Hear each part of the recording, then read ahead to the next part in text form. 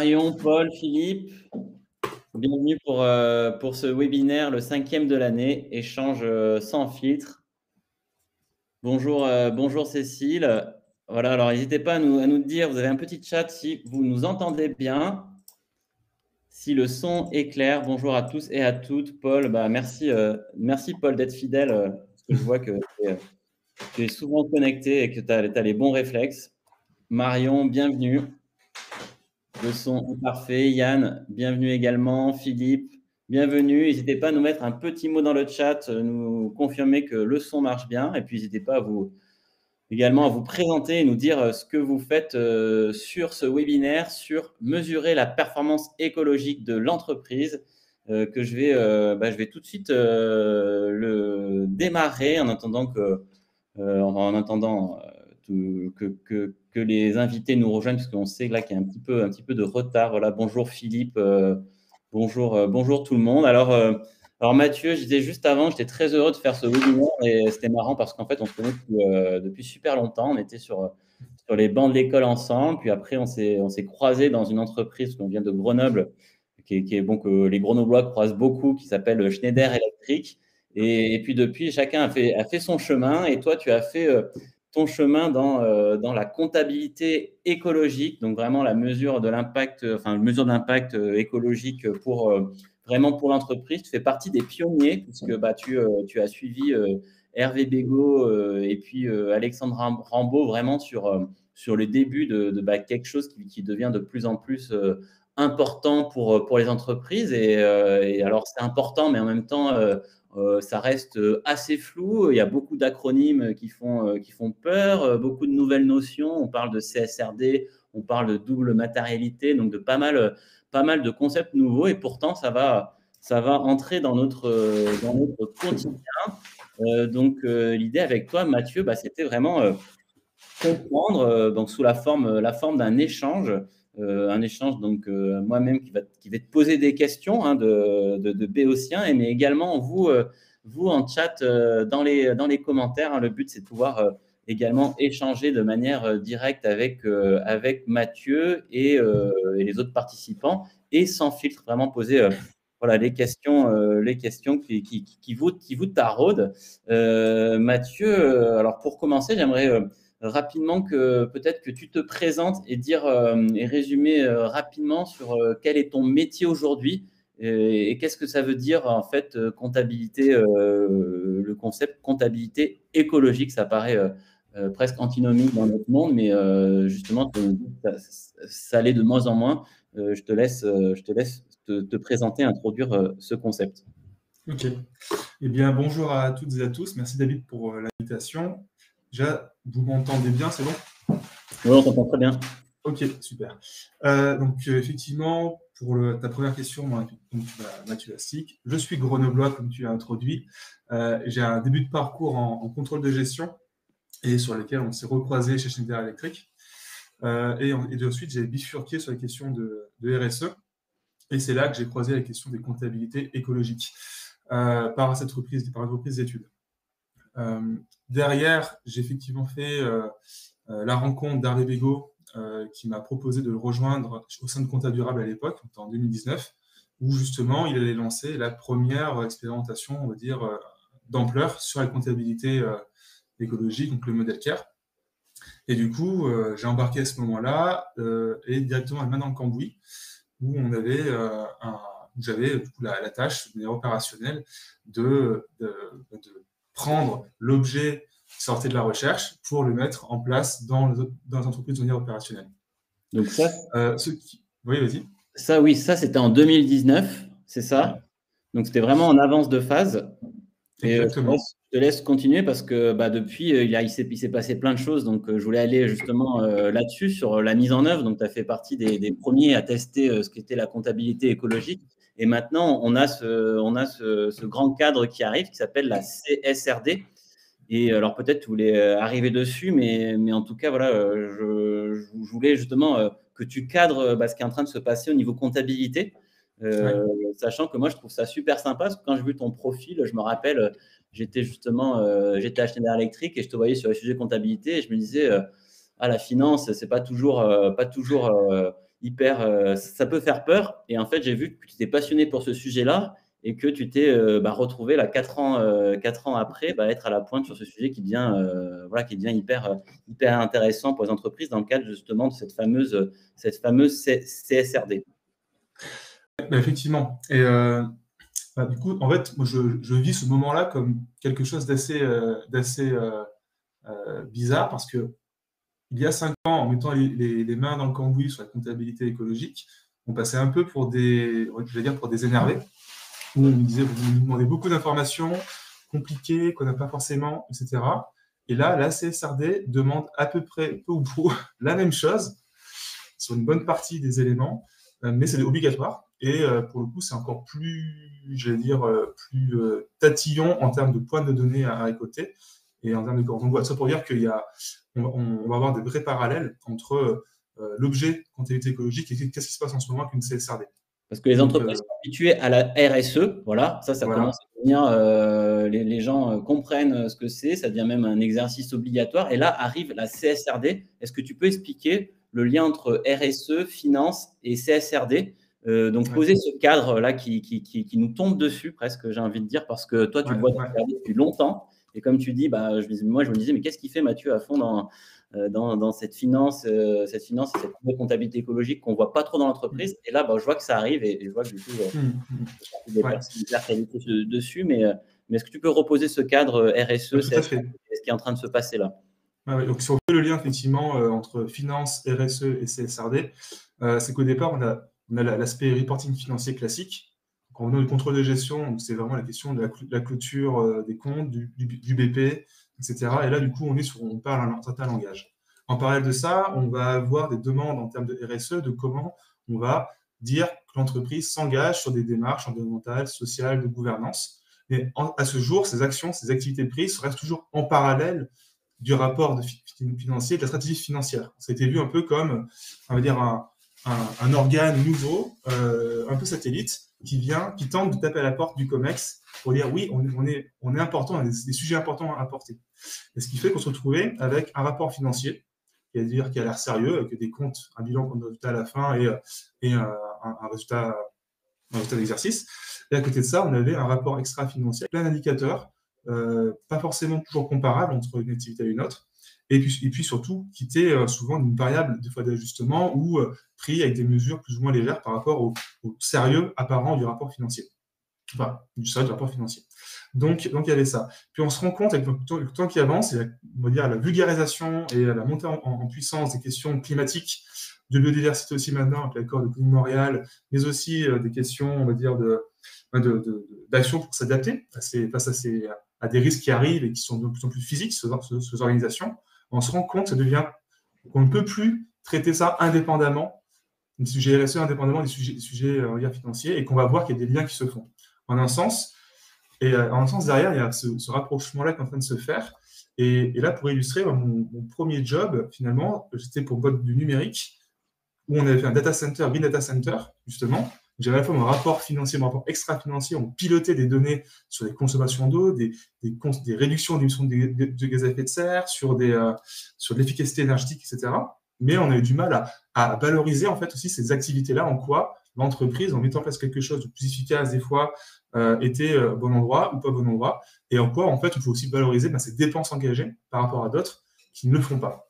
Et donc, c'est aussi ça, on voit qu'on avait des questions, mais on ne trouvait pas encore forcément le lien pour connecter, on va dire, des rapports financiers qui donnent une information générale, mais dans lesquels peuvent être noyées des activités, des actions prises pour aller dans le sens de comment j'organise ma transition écologique de mon entreprise, comment je valorise ce que je fais de bien pour mes collaborateurs et les sujets environnementaux, par exemple. Donc, c'est un peu ça. Ce qui fait que là, la CSRD, pour le coup, vient passer à un échelon supérieur, dans le sens où ça devient obligatoire, ça devient obligatoire de publier un rapport beaucoup plus précis et qui va rentrer avec un niveau d'audit aussi ambitieux à terme que l'audit du rapport financier. Donc, ce que tu es en train de dire, Mathieu, moi je résume, je fais vraiment le béotien sur le sujet. On avait les critères financiers, donc ça, on les connaît depuis des siècles sur l'entreprise. C'est le pilotage de base, c'est ces critères financiers qu'on connaît, le bilan financier. On a la RSE et puis de l'extra-financier qui s'est instauré au fil des années. Et donc, la CSRD vient là pour donner une cohérence entre les critères financiers et extra-financiers. Et cette CSRD, est-ce que tu peux nous rappeler déjà, on dit là ou le CSRD, moi je ne sais pas, je vois les deux. C'est un acronyme, qu'est-ce que ça veut dire et d'où ça vient et comment ça… En fait, c'est en train de ces prochaines années. Donc là, j'ai affiché ce calendrier. Donc on voit, on est en 2024, on est tout début de ce qui est en train d'arriver sur la CSRD. Mais qu'est-ce que ça change en fait pour les entreprises, tout ça? Ouais.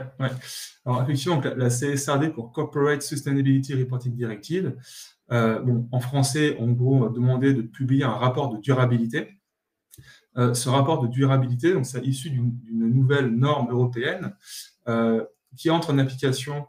Donc là, on a le calendrier sous les yeux pour les premiers en 2025 sur les données de 2024.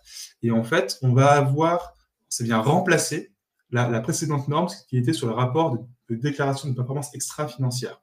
Et en fait, ce rapport de durabilité que propose la CSRD a pour objectif, dans le premier temps, d'embarquer les plus grandes entreprises, puis ensuite on va descendre en telle entreprise, donc sur les ETI jusqu'au PME de côté. Et enfin, on va même avoir une partie extraterritorialité dans le sens où toutes les entreprises étrangères qui vont avoir des implantations en Europe de taille conséquente, donc de plus de 150 millions, je crois, de chiffre d'affaires en Union européenne, vont devoir faire ce rapport de durabilité également. Donc voilà, ça va toucher de manière assez large. Et pour l'Europe, on parle de près de entre 40 000 et 50 000 entreprises concernées par ce rapport de durabilité. Et directement, parce que directement. Nous, on voit les grosses entreprises, elles nous disent, ah ben là, on est sous l'eau, on doit préparer la CSRD. Donc après, on ira un peu sur comment, justement, on met en œuvre tout ça, comment on mesure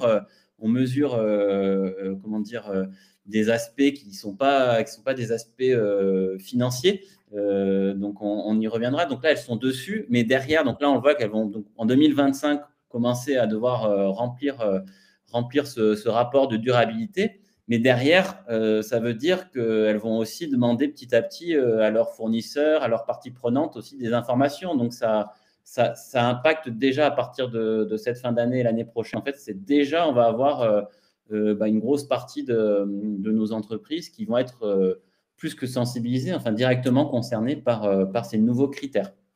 Effectivement, un des éléments assez importants par rapport à cette réglementation-là, donc il y a l'aspect déjà de structuration d'informations collectées qui est standardisée, permettant une comparaison entre activités, et ça va impliquer également de rendre compte de ces activités-là dans sa chaîne de valeur, en amont et en aval. Et c'est en ce sens-là, comme tu le dis, que ça va venir impacter potentiellement des acteurs non soumis directement à la CSRD, en cascade, où on pourra avoir des donneurs d'ordre qui vont aller chercher de l'information chez des fournisseurs de rang 1, de rang 2, voire de rang X, si jamais c'est jugé vraiment matériel et pertinent. Donc là-dessus, on peut avoir des entreprises de taille plus modeste qui peuvent se retrouver impliquées indirectement par des demandes d'informations précises. Je vois que c'est une découverte parce qu'on a des ETI dans notre système qui nous disent « mais je ne comprends pas, il y en a un donneur d'ordre qui nous demande telle et telle information qu'on n'a pas formalisée ». Parce qu'en fait, ils anticipent, les donneurs d'ordre anticipent justement le fait qu'ils ont ce rapport de durabilité à remplir. Et alors, je te coupe, mais pour avancer justement sur les sujets et les éclairer, tu parles de standardiser des données, mais en fait, voilà, je voulais revenir sur… ça parle de quoi en fait, ce fameux rapport CSRD, ce rapport de durabilité? Il y a quoi dedans et comment il s'articule? Tu parles d'informations standardisées. Donc, j'affiche ces grands blocs pour avoir une image, comme c'est assez dense. Mais est-ce que tu peux nous éclairer justement sur ce qu'il y a dans ces rapports? Ouais, moi je te propose un éclairage à deux niveaux. On va commencer par un niveau micro centré sur la CSRD, puis je vous ferai un éclairage un peu plus macro sur dans quoi cette norme s'inscrit aussi dans un paquet qui est le pacte vert européen.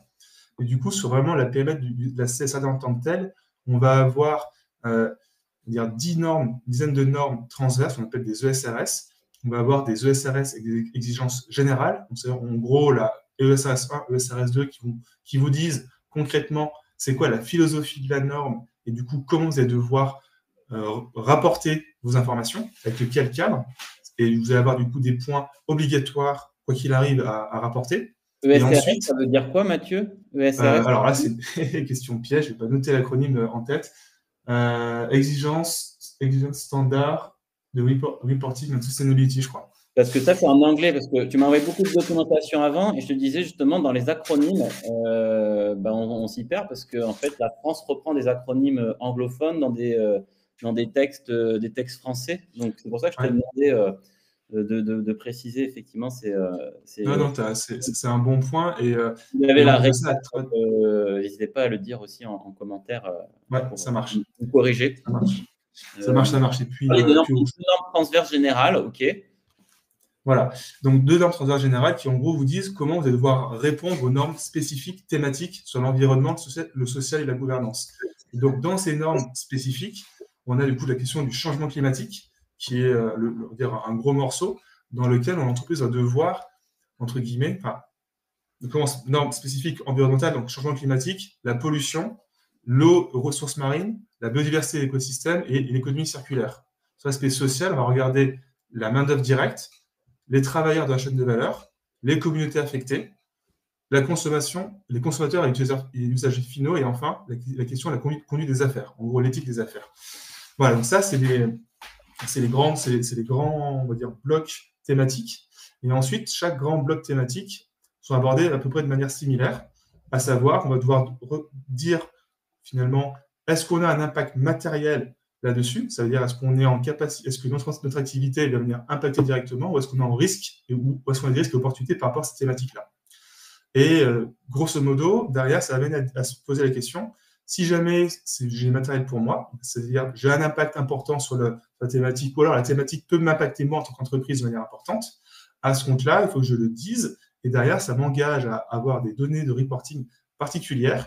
Donc, en gros, de dire comment je vais avoir une politique pour prendre en charge le sujet. Cette politique-là, derrière, doit être articulée avec des cibles à fixer. Ces cibles doivent, du coup, avoir des réponses en termes d'action, comment je vais agir pour atteindre mes cibles. Et derrière, quel indicateur je mets en place, quelles métriques je mets en place pour suivre l'atteinte de mes cibles.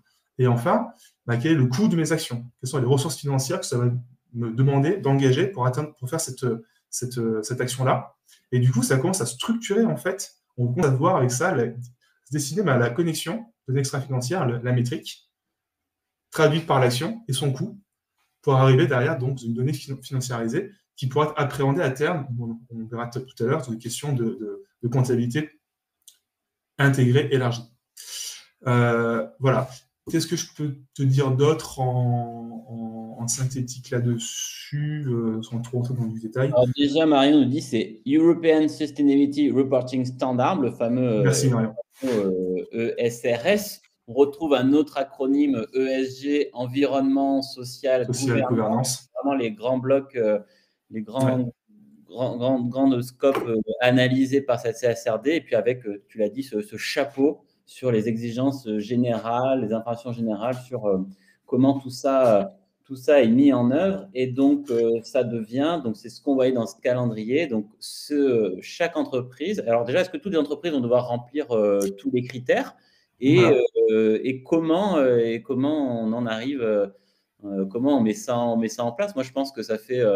Alors, les grosses entreprises s'y mettent, hein, on voit que ça leur prend du temps, mais on voit que les autres entreprises, bon, elles vont découvrir ça et puis que ça fait peur. On parle de milliers de critères à renseigner. Alors, je dis forcément des choses qui vont te faire forcément réagir. Donc, est-ce que tout ça, du coup, c'est un millefeuille administratif compliqué qui vient un peu assommer les entreprises ou est-ce que ça peut aussi avoir une utilité? Si tu peux nous parler un peu justement de cette mise en œuvre, Mathieu, de ce que toi, tu vis au quotidien là-dessus. Alors déjà, en fait, chaque brique thématique, chaque ESRS est à reporter si on le définit comme étant matériel pour soi. Donc, si on dit que la thématique n'est pas matérielle pour soi, alors on n'a pas à reporter dessus. En un sens, du coup, il y a effectivement 1100 et quelques points de données existants dans la norme. On ne va pas avoir à reporter sur l'ensemble de ces points de données. On va reporter uniquement sur les thématiques sur lesquelles on a des impacts matériels. Alors, par contre, on a quand même quelques points obligatoires, même si on dit pour décrire pourquoi ce n'est pas matériel pour moi. Mais du coup, c'est marginal par rapport à ce qu'on pourrait avoir si on disait que c'est matériel. Donc déjà, on a vraiment un périmètre à géométrie variable. Et comment on détermine, Mathieu, ça? Comment on détermine moi, j'arrive, une entreprise, une ETI, comment je détermine si j'ai des impacts sur la biodiversité, l'eau, voilà, de données. Oui, tout à fait. Ben là, justement, on rentre dans la notion d'analyse de double matérialité. Donc, c'est un exercice qui est fait avec les entreprises dans lequel on va chercher à comprendre le modèle d'affaires de l'activité. Qu'est-ce qui se passe? Qu'est-ce qui se passe et chez lui et dans sa chaîne de valeur? Donc, ça veut dire, par exemple, j'ai une activité qui émet des gaz à effet de serre, où je reconnais que j'impacte le climat. La question après, c'est quelle est l'importance de mon impact par rapport à ça pour que ce soit matériel. Inversement, je vois que le changement climatique peut affecter les littoraux côtiers ou alors peut créer des événements extrêmes à certains endroits. Est-ce que j'ai des entreprises, est-ce que mon entreprise est implantée à un endroit qui peut être en zone inondable en cas d'événements extrêmes? Est-ce que je suis sujet à des retraits gonflements d'énergie, par exemple? Et du coup, on va voir la question de l'exposition à des risques. Est-ce que j'ai des fournisseurs, par exemple, j'ai une activité dans du cosmétique biologique, est-ce que mes produits en termes de plantes sont sécurisés en termes de niche écologique par rapport au changement climatique ou pas? Donc voilà, ça, on peut voir, on va venir apprécier par rapport à qu'est-ce que je fais, comment je le fais et dans quelle région, mes expositions à des risques, ou alors, à l'inverse, quels sont les impacts par rapport à ça. Donc, c'est le travail-là d'accompagnement l'environnement dans lequel finalement l'entreprise s'inscrit. Donc l'environnement, vraiment le climat, les ressources, mais aussi on voit des aspects sociaux de gouvernance. Marion dit question lorsqu'on présente le CSRD, comment insister sur le volet dynamique du CSRD? On entend parfois souvent que c'est une instruction de reporting, alors que c'est bien plus que cela. Et d'ailleurs, moi, c'est vraiment ce que j'ai découvert en t'écoutant, Mathieu, en écoutant Hervé Bégaud, quand on a eu la chance qu'il puisse nous parler de tout ça il y a un an dans 100 leaders pour la planète. Et puis, Alexandre Rambaud qui expliquait justement ce cadre et cette philosophie. Et ce n'est pas justement qu'un exercice de reporting, ça peut être aussi un très, très bel outil pour penser son entreprise, son modèle d'affaires, penser sa stratégie sur les prochaines années. Donc voilà, je te lis cette question et je rebondis là-dessus parce que je pense qu'effectivement, c'est important de sortir de l'aspect comptable pur pour passer vraiment sur l'aspect aide à la décision de ce que ça permet.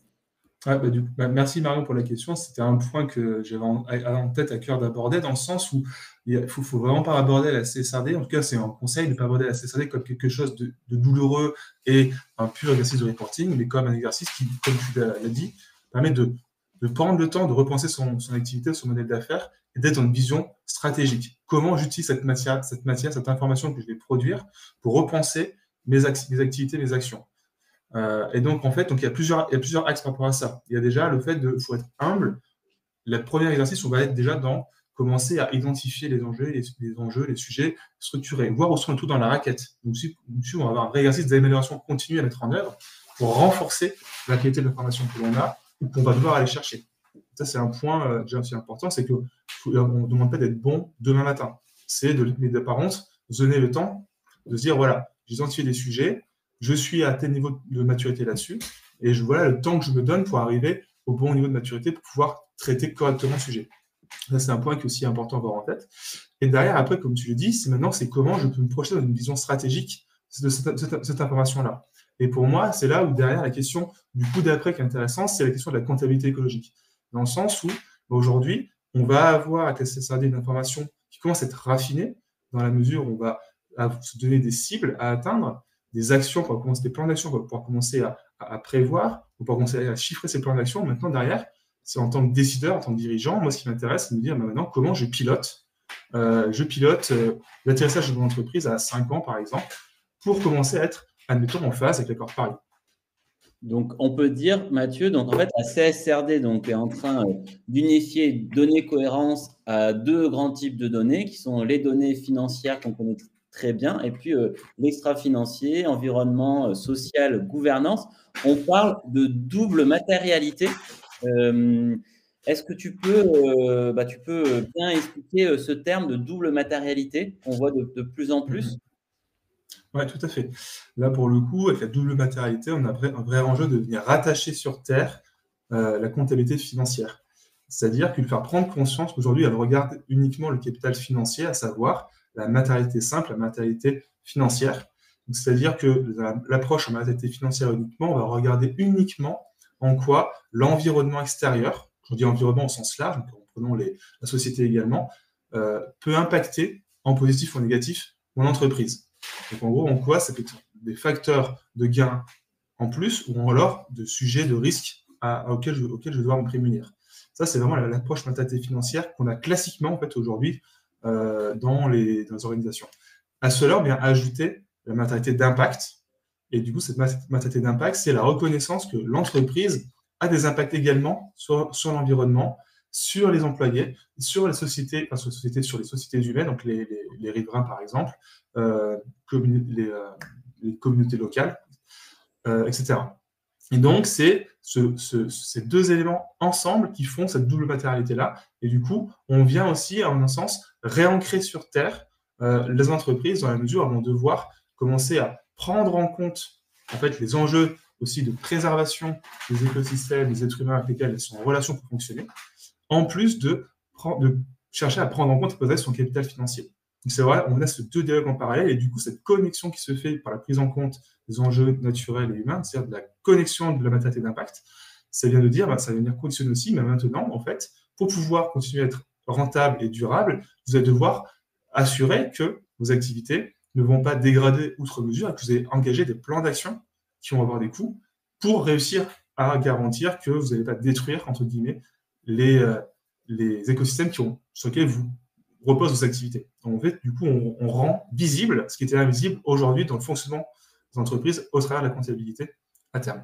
Et ce qu'on voit, alors on voit deux choses. On voit qu'effectivement, c'est l'entreprise, enfin, c'est une relation dynamique. On parle d'impact et puis d'opportunités et risques avec cette nouvelle donnée qui est l'environnement, qui est pas, elle n'est pas nouvelle dans la réalité, mais elle est nouvelle dans vraiment la mesure et la prise en compte de son impact et de sa relation avec l'entreprise. Et puis, ce qu'on voit depuis quelques années, parce que c'est déjà anticipé tous ces changements-là, c'est que ça devient finalement un vrai critère de pilotage et de décision pour la gouvernance, pour les actionnaires, les investisseurs, les financiers. On voit vraiment des liens. J'en parlais une autre conférence. Il y a des entreprises qui lèvent, qui sont mieux valorisées quand justement elles anticipent, parce que c'est un sujet de pérennité, de transformation, ces enjeux économiques, sociaux, etc.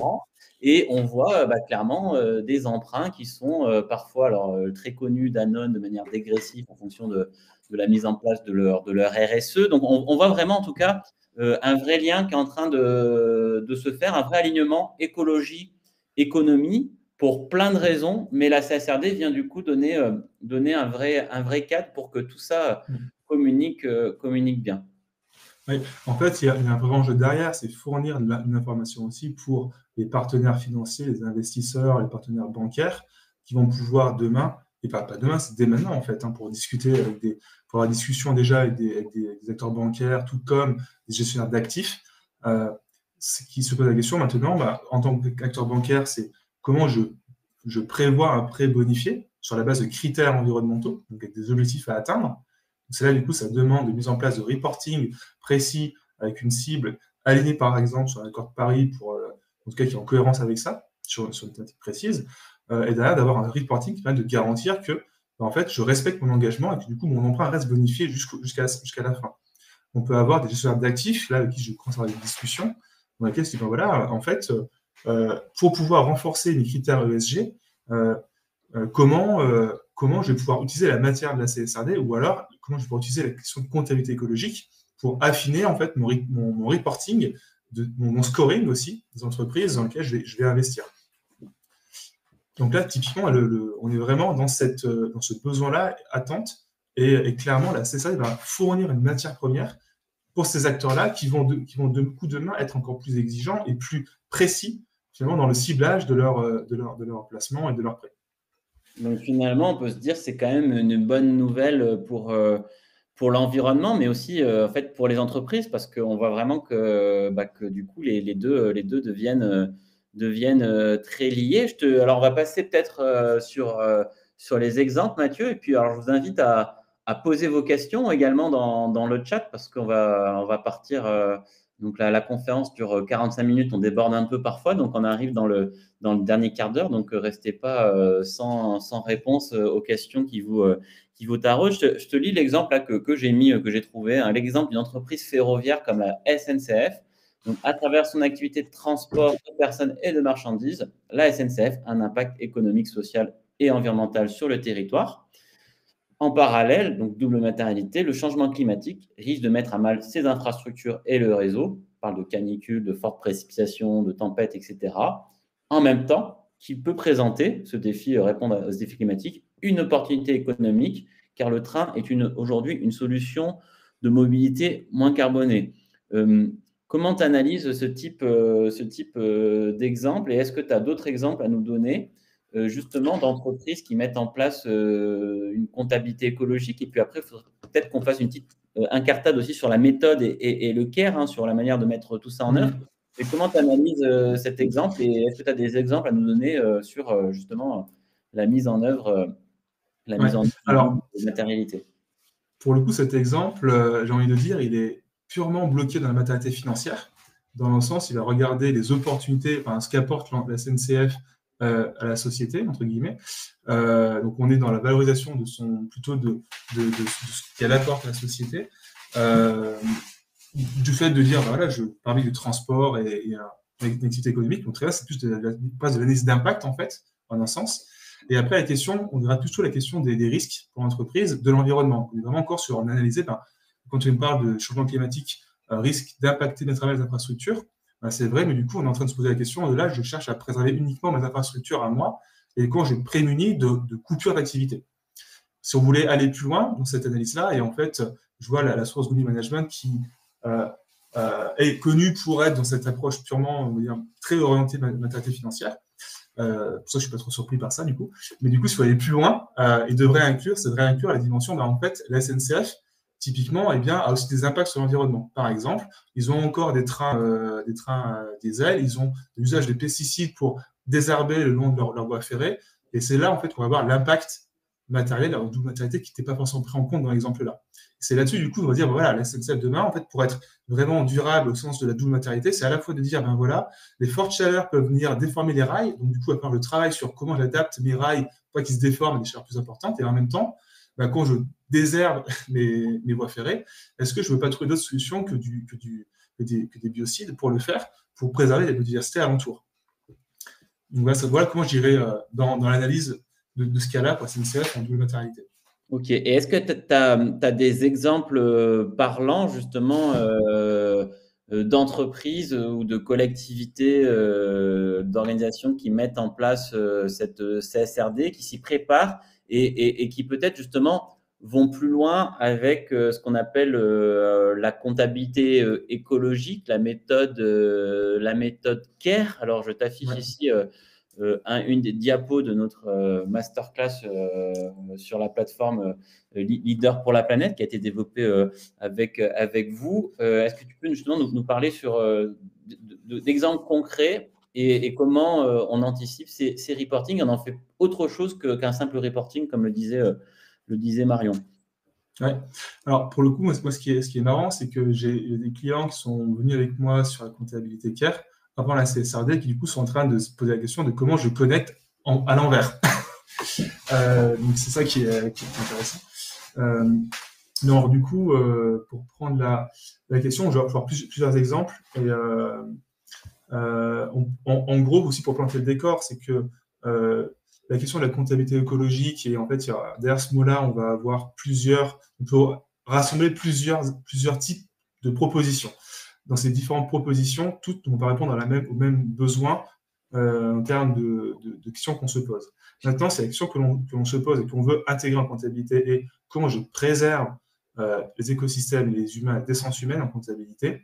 À ce moment-là, c'est la méthode CARE qui ressort parce que elle est assise sur une démonstration scientifique posée par deux chercheurs, Jacques Richard et Alexandre Rambaud, qui, dans un papier en 2015, ont vraiment posé 6 axiomes qui, en fait, dans un papier à la comité de lecture internationale, qui, justement, disent, voilà, à un moment donné, si on veut vraiment prendre en compte sérieusement dans la gestion, dans la comptabilité, la préservation des capitaux naturels humains, en plus du capital financier, il faut suivre un certain chemin.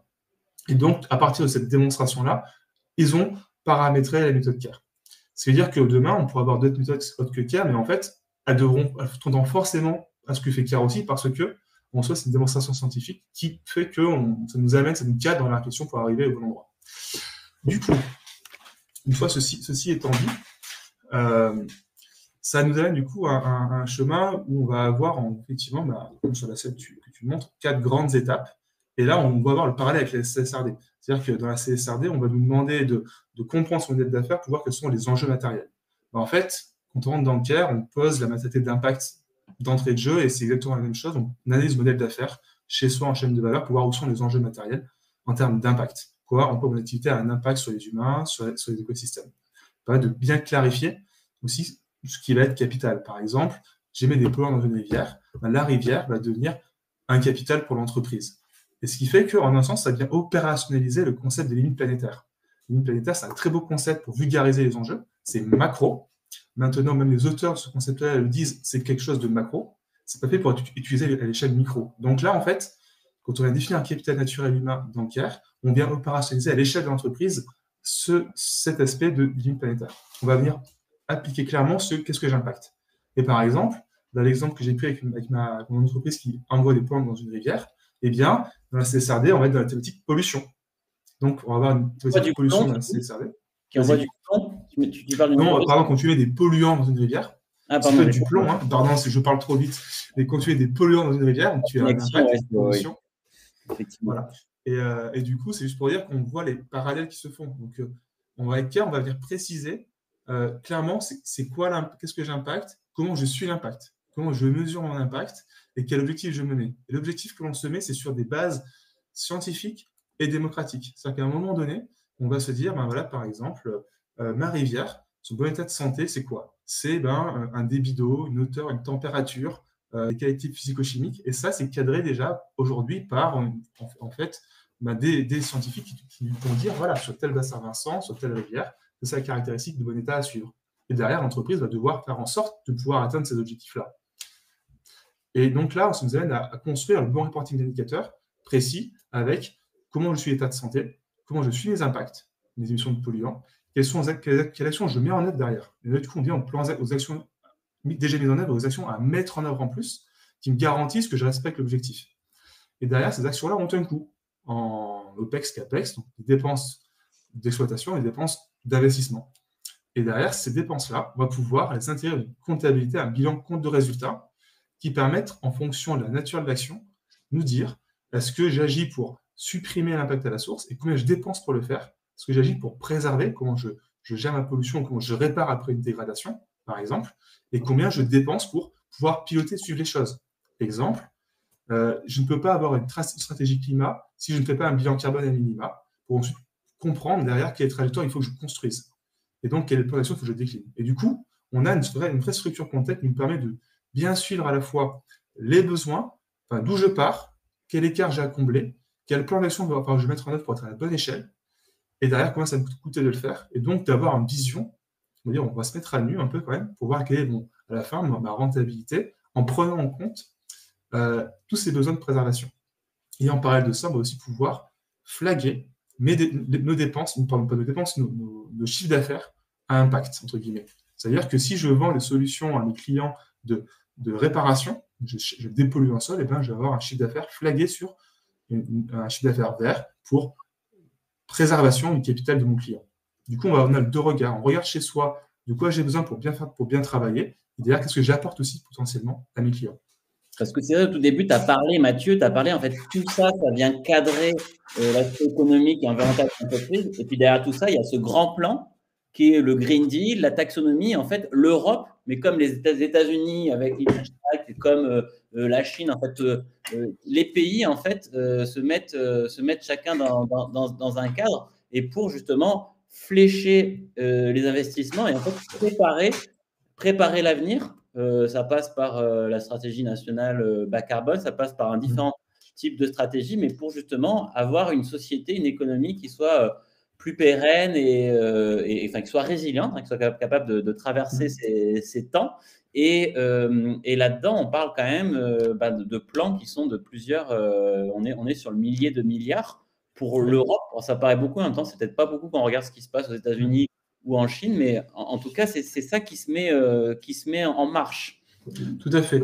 Et pour le coup, je vais prendre un exemple très concret d'un terrain que j'ai en cours, où j'ai un dirigeant d'entreprise qui est sur une activité industrielle, son objectif, à lui, c'est de faire un business plan à 3-5 ans dans lequel on a intégré les dimensions de préservation de ces capitaux naturels humains et de pouvoir dimensionner son business plan pour avoir un TRI à la fin, un taux de retour sur investissement qui reste correct et du coup de pouvoir faire un tour de table pour d'investisseurs en disant voilà, moi demain en fait, je veux avoir des gens qui m'accompagnent sur des bases saines qui sont des bases où je suis rentable sur le plan économique et en même temps, j'ai garanti d'actions à la hauteur parce que je les ai budgétés et prévus pour préserver mes capitaux. Et donc, typiquement, on va voir, c'est un plan de décarbonation dans lequel on va chiffrer le plan de décarbonation, voir ce que ça implique par rapport à des scénarios de transition, donc faire du coup différentes hypothèses et tester les hypothèses dans le modèle pour se dire, OK, ben maintenant, c'est quoi l'hypothèse optimale pour maximiser un TRI tout en étant au bon endroit en termes de stratégie de décarbonation, de préservation de la santé de mes collaborateurs,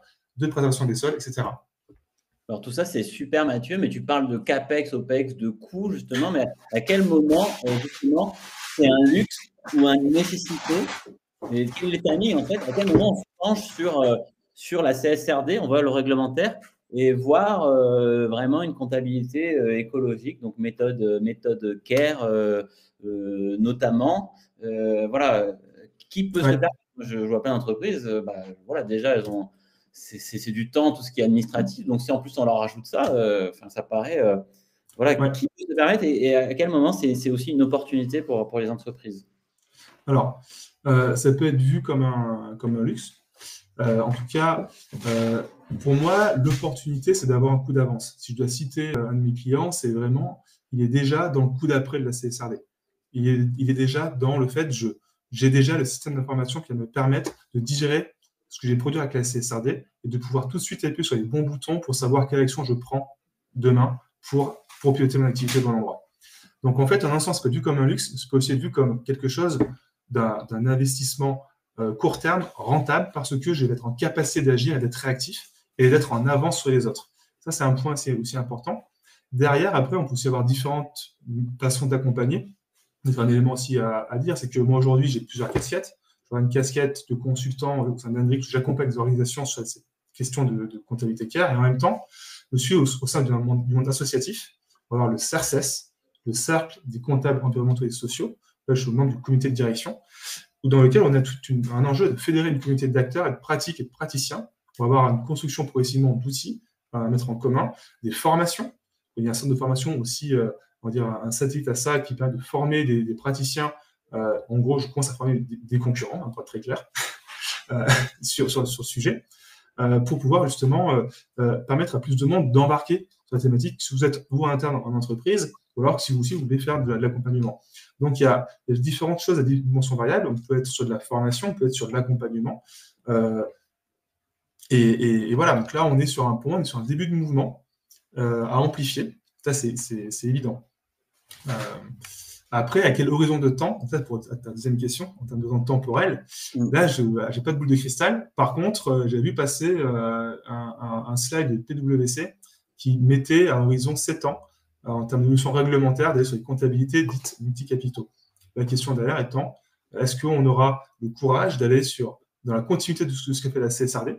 Donc, du coup, si on est rentré dans la CSRD, on se crampe dans la vision double matérialité, du coup, de dire, à un moment donné, si on va dans ce sens-là, la prise en compte de la préservation de la nature et des humains en comptabilité sera dans le sens de CARE. Du coup, voilà, c'est ce qu'il y aura le courage politique de vraiment se dire, on conserve le fonctionnement de la comptabilité classique pour vraiment l'appliquer à la préservation des capitaux naturels humains en plus du capital financier.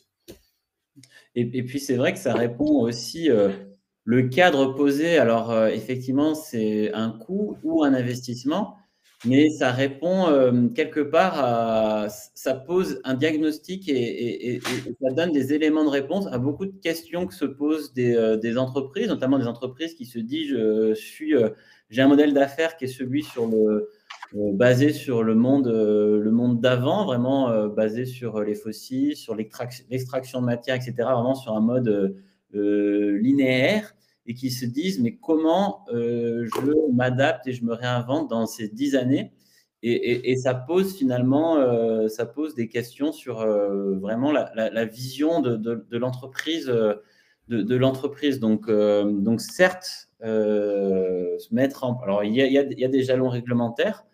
Certes, c'est un investissement de mettre ça en œuvre et tout le monde ne peut pas se le permettre, mais en tout cas, on voit que c'est un vrai outil pour piloter sa transformation au-delà du simple exercice de reporting, si je comprends bien sûr, Mathieu. Et puis, n'hésitez pas à poser vos questions. Là, il nous reste quelques minutes. J'ai pas vu le temps filer. D'habitude, on fait ça le matin. Là, c'est la fin de journée. Peut-on lire quelque part, je lis des questions, Mathieu, la question qu'on a de Philippe, peut-on lire quelque part le détail demandé par chaque ESR? Alors, oui, dans le texte réglementaire directement, en anglais ou en français, on a vraiment le détail de l'ensemble des points. Donc, on a, pour le coup, la norme, c'est 284 pages de rapport. On a tout le détail de chaque SRS dedans. Et après, au petit point, on va dire petit teasing, au niveau du CRCS, nous travaillons à l'établissement d'un rapport qui va être avec différents outils pour simplifier l'entrée dans la CSRD et avoir une approche avec l'approche CARE, dans le sens où on va pouvoir faciliter la mise en cohérence tout de suite de l'information. Préciser ce qu'est une cible pour avoir une cible alignée en termes de bon état écologique. Du coup, préciser le plan d'action et du coup, avoir un vrai aide, un vrai guide pour aider aussi à la mise en œuvre de ça. Là, c'est un travail qui est fait, qui va être rendu. Mathieu, est-ce qu'on peut envoyer, moi tu m'as envoyé des documents, je te disais, j'aime vraiment aller avoir les documents, les sources officielles. J'ai beaucoup travaillé avant dans une autre à Schneider justement sur les sujets de financement de la transition écologique. Donc on était dans les normes IFRS, IAS, et on se rendait compte que c'était important d'aller à la source. Ce que dit Philippe, s'il est vraiment concerné par le sujet, c'est effectivement important d'avoir les bonnes références. Est-ce qu'on peut envoyer les documents aux participants? Tu peux les envoyer, c'est les documents officiels de l'Europe qu'on a téléchargés sur le site de l'Europe. Un petit peu dans le chat les personnes qui aimeraient qu'on leur envoie tous ces documents. On leur enverra comme ça derrière. On avait fait ça avec James Quintero de SPI Batignolles sur justement les rapports sur la biodiversité. Donc, n'hésitez pas à nous laisser un petit mot. On vous partagera tout ça. Il y a également, je crois que je vous envoie le rapport, on dirait adapté au PME. Il y a un draft de l'Union européenne, de l'EFRAG. Donc, l'EFRAG, encore un acronyme barbare, mais en gros, c'est la commission qui travaille sur l'établissement de ces normes, qui a fait une version allégée pour les PME de manière volontaire. Donc là, c'est encore en finalisation, mais ça existe aussi. Ok, donc je dis un petit pouce pour recevoir les documents CSRD, Compta, CARE de Mathieu. Moi, je trouve que c'est important d'avoir ça. En plus, je cherchais, je me disais, mais est-ce que je suis sur le bon annexe, etc., du gouvernement, mais la traduction du ministère est bizarre. Donc, moi, Mathieu, tu m'as envoyé ces documents, je les trouve vachement intéressants et nécessaires. Donc, on vous enverra ça, Marion, Céline, Laurette, et puis bien sûr, Philippe, avec grand plaisir. Avant de se dire au revoir, et avant que je te laisse peut-être le mot de la fin, Mathieu, je vous repose la question si vous avez d'autres réflexions ou remarques ou une ultime question à faire part à Mathieu. Et puis, s'il n'y a pas de questions, sachez que tous les mois, on a des webinaires de ce type-là, vraiment sous mode échange, et puis pour évoquer un sujet. Donc, avant, c'était le numérique responsable. Encore avant, c'était le bilan carbone. Et puis, prochainement, on va faire quelque chose sur l'intelligence artificielle. Et puis, on aura aussi un super invité. J'ai hâte de vous présenter d'un grand groupe qui est vraiment un expert sur le déploiement de stratégies RSE, donc qui sera invité. Donc, restez bien sûr connectés à 100 leaders pour la planète et puis ou à mon profil pour être tenu au courant. Merci de vous être connectés en cette fin de journée. Mathieu, un petit mot de la fin pour nous donner envie de se plonger dans quelque chose qui peut parfois faire peur, tous ces chiffres, mais qui est quand même en rapport à quelque chose qu'on a tous à cœur si on est ici, je crois, qui est la cause humaine et environnementale. Moi, pour le mot de la fin, c'est aujourd'hui, on a une comptabilité qui est aveugle aux enjeux naturels et humains, parce qu'elle ne regarde littéralement pas cela. La CSRD, c'est un premier pas pour commencer à prendre en compte ces éléments-là. Et après, le grand pas qui reste à faire, c'est aller dans l'intégration comptable pour justement la rendre la comptabilité, on va dire, voyante, extra-voyante, extra-lucide sur tous les enjeux qu'il y a pour garantir que l'entreprise soit durable. Si vous êtes un chef d'entreprise, très clairement, souvent, en tout cas, mon grand-père était chef d'entreprise, Son intérêt, c'est la pérennité, la transmission de l'entreprise. Et cette pérennité de transmission, maintenant, ne peut plus se faire uniquement sur des questions purement financières. Elle doit intégrer les questions de préservation de sa nature et des humains. Parce que sinon, sans ça, on oublie qu'ils sont là aussi pour son fonctionnement et son bon fonctionnement. Donc, j'ai envie de dire, c'est un vrai chemin de durabilité, dans le sens de rendre transmissible quelque chose aussi aux générations d'après, même en tant que quantité d'entreprise bien gérée. Vraiment super. Et puis bravo Mathieu encore pour ton parcours et puis ton acharnement sur ces sujets pionniers. Vraiment, vraiment bravo à ce que vous avez fait avec Hervé, Alexandre Rambaud. C'est passionnant puis inspirant. On voit que beaucoup de monde s'inscrit maintenant dans tout ça. Donc vous formez des personnes, c'est passionnant. Et ce qui est très bien, c'est que là, on a des échanges. C'est encore mieux pour les mots de la fin. Thomas Fabry qui demande est-ce que la CSRD rend obsolète toute stratégie RSE voire ISO 26000, et Laurette qui nous dit que non, bien au contraire, peut-être tu peux commenter. Et Philippe Legile qui demande avec peut-être un peu de sarcasme, mais bon, très bonne question. D'ailleurs, je serais très content un jour qu'on ait quelqu'un de Total Énergie justement dans un webinaire comme ça. Total a-t-il engagé une CSRD? Ça m'étonnerait qu'il ne l'ait pas fait. J'ai vu leur rapport Climate et puis l'audition de Patrick Pouyanné au Sénat. Bon, voilà, ils viennent pas de se réveiller, on va dire. Je crois pas. Après, ils sont bien sûr à challenger. Je pense que c'est ça que Philippe a derrière la tête. Merci à tous. C'était passionnant. Je vous souhaite à tous une très très bonne fin de journée. On vous envoie donc ces infos. Je suis désolé pour le dernier replay aussi.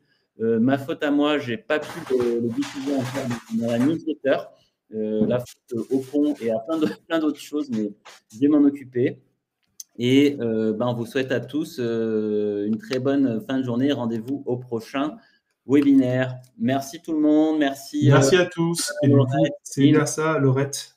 Ça rend concret la RSE entreprise. Voilà. Allez, bonne fin de journée, bonne soirée. Et puis, encore merci à tous pour votre participation et faire l'effort toujours de vous sensibiliser à ces nouveaux sujets. Mathieu, je vais couper. Ça marche. Je t'appelle juste après pour débriefer rapidement. Au revoir tout le monde. Au revoir, merci à tous.